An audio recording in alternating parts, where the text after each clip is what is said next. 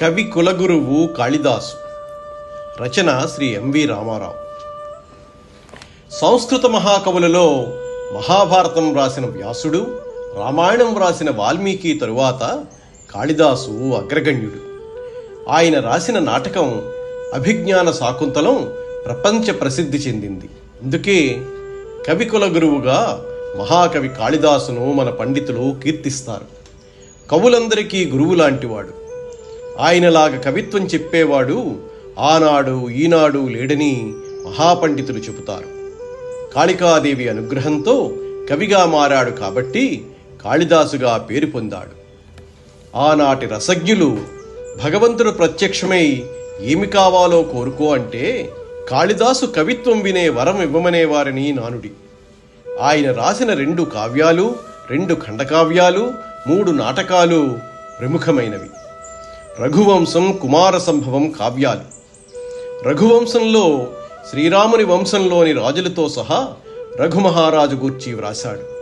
కుమార సంభవం కావ్యంలో శివపార్వతుల ప్రేమ, సుబ్రహ్మణ్యుడి పుట్టుక, దేవతల సేనాని అవటం, తారకాసురుని వధ ఇతివృత్తంగా వ్రాశారు. సంస్కృత పంచమహాకావ్యాలలో కాళిదాసు వ్రాసిన 2 కావ్యాలు రఘువంశము, కుమార సంభవము చోటు చేసుకోవడం విశేషం. మిగిలినవి భారవి వ్రాసిన కిరాతార్జునీయము, మాఘుడు వ్రాసిన శిశుపాలవధ, శ్రీహర్షుడు వ్రాసిన నైషధీయ చరితము. ఈ 5 చదివిన వాడిని పండితుడుగా ఆనాడు గుర్తించేవారు. కార్యేషు నాటకం రమ్యం అంటారు. అంటే కావ్యాలలోకెల్లా నాటకం శ్రేష్టమని అర్థము. కాళిదాసు అభిజ్ఞాన శాకుంతల నాటకము ప్రసిద్ధిగాంచింది. అభిజ్ఞానము అంటే గుర్తు అని అర్థం.